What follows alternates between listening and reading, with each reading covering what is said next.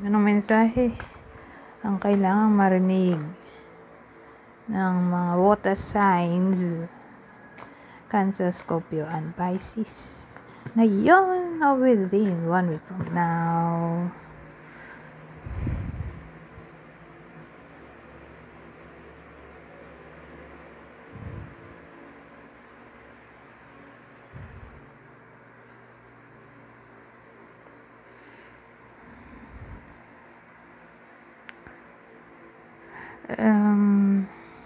Diba? Oh! Kasi iniisip ko monotony. Kasi ito loyalty. Iniisip ko, tungkol ba to sa cheating? Tas lumabas na to. So, kung may cheating na nangyari, mawawala na yon. Magiging loyal na ang partner. So, sino kaya yung possible partner dito? Para malaman nyo kung para sa inyo ba ang reading na to o hindi. Virgo? Pisces. Virgo, Pisces.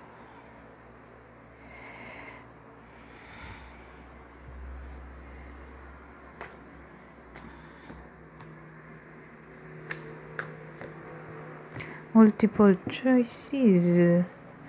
Ano to?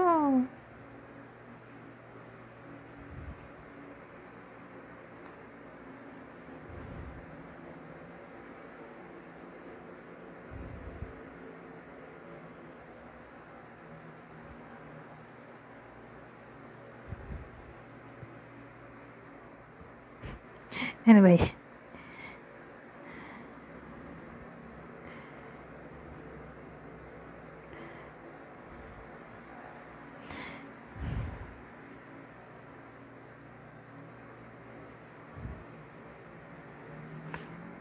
Pwede.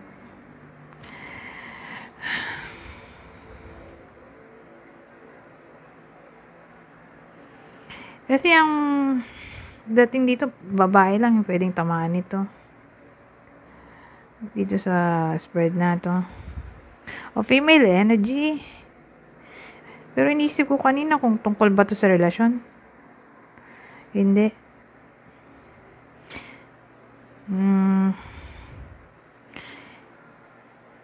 Ang dating di siya makapili. So kung anong gusto niya talaga sa buhay niya. Marami siyang naiisip na kung ano-ano. Hindi niya alam anong gusto niya talaga. Pero tungkol sa career to. Kasi parang ningas kugon yung babae dito. So, today, ito gusto niya. After 3 months, bored na siya. Gusto na niya ng iba. So, magandang career sa babaeng to ay katulad ko. Freelancer. O freelancer. O entrepreneur. O entrepreneur. Na parang hindi mo kailangan mag-stick sa routine. Parang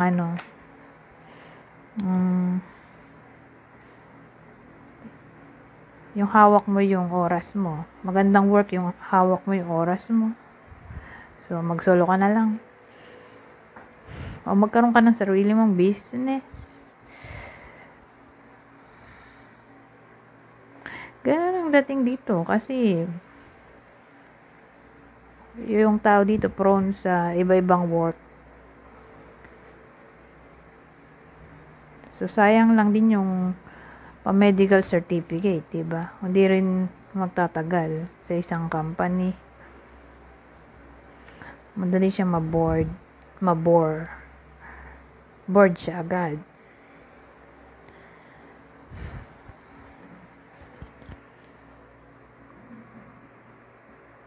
So, yun. Expect natin na yung iba sa inyo ay mafe-feel yung ganitong energy na parang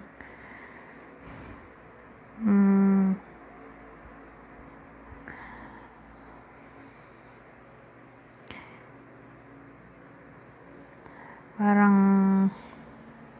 madali mainip. Ayaw ng routine. Medyo rebellious.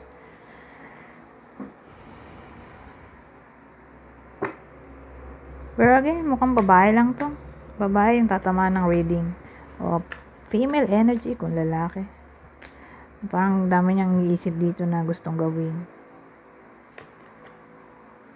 O gustong simulan.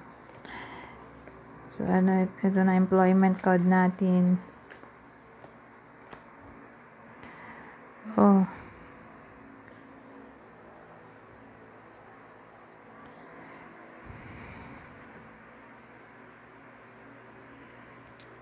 Well, sabihin natin nag-apply yung iba sa inyo. Kasi kung nag-apply, yung result niyan, hindi pa makukuha agad-agad. Teka, narito na ako dito.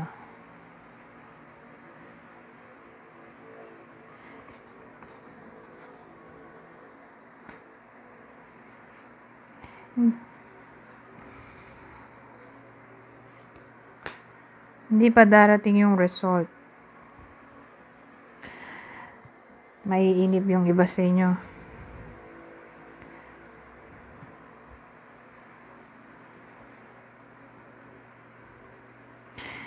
O pwede ring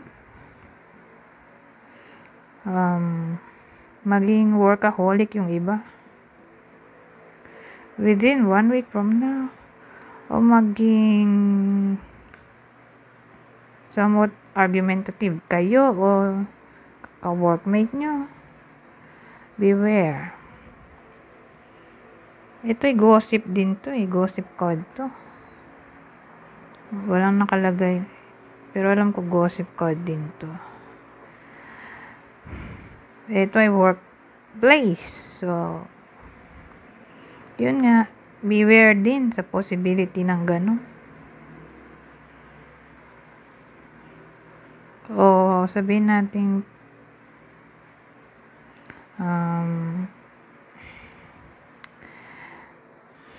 criticism. Sa workplace, beware.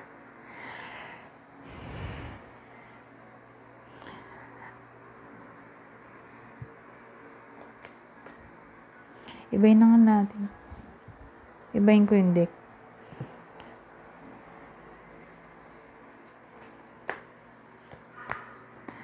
Happy thoughts. True. So, basahin natin. Happy thoughts.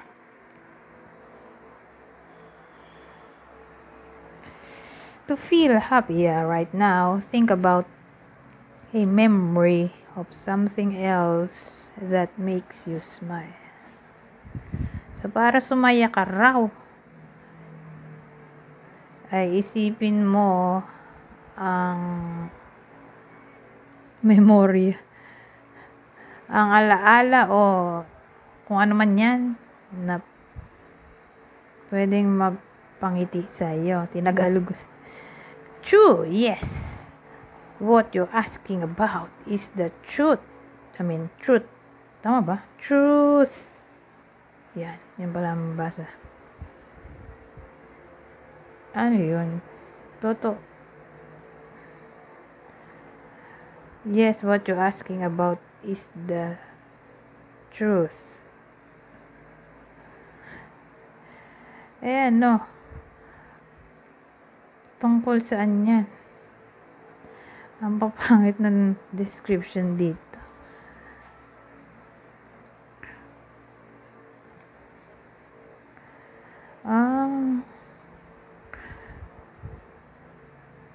Siguro may kinalaman to dun sa kaninang workplace. Na parang toxic yung workplace. Maraming drama doon. Totoo. Yung hinala mo na toxic yung ka-workmate mo. O toxic yung workplace. O yung job mo sa health mo.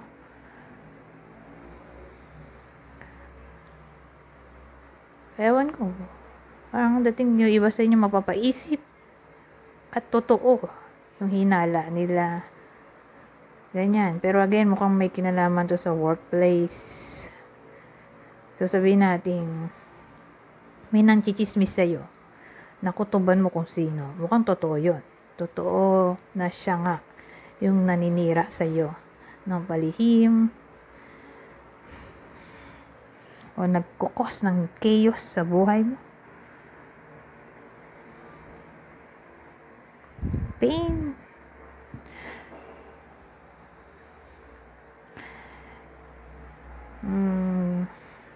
Anyways, hanggang dito na lang. Goodbye po na.